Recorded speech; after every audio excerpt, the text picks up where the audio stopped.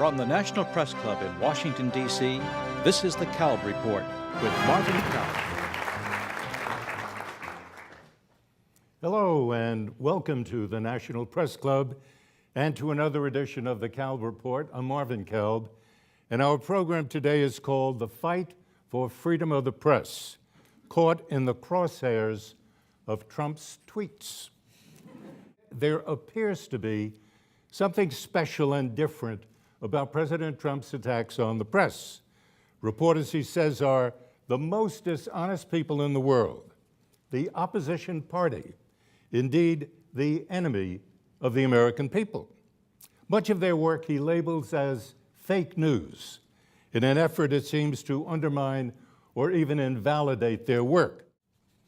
I've invited two of the best young journalists in Washington to help answer these questions, one from cable television news, the other from a newspaper. Jake Tapper joined CNN 4 years ago. He is chief Washington correspondent, and he anchors a weekday interview program called The Lead and the Sunday morning State of the Union show. He was senior White House correspondent for ABC News. He is an author and a cartoonist. David Fahrenthold has been a political reporter for the Washington Post since 2000. Broke the story of the 205 Hollywood video showing Trump boasting about his easy way with women. So, gentlemen, welcome, and let's cut to the chase. Yes, please. Yes, Karl Golovin. I'm a retired special agent, U.S. Customs. On 9/11, I was with the U.S. Customs Office of Internal Affairs in November of that year. Served 3 weeks between Ground Zero, Fresh Kills Landfill, sifting the rubble of World Trade Center 7. Now, Mr. Tapper, we met on April 18th, 2016 at the Newseum. You were part of a panel with the worldwide head of CNN, Jeff Zucker. I beg you to ask a question. This is foundational, sir. I gave you information produced by architects and engineers for 9/11 Truth that I verify.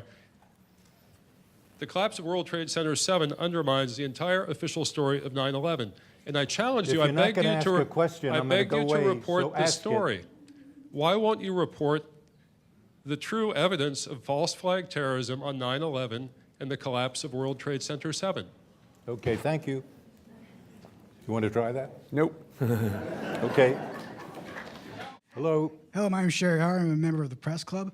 I was wondering if, as more traditional journalists, you feel an obligation to, nip these kind of internet conspiracy theories in the bud before they reach a critical mass, as in, the Comet shooter and Pizzagate.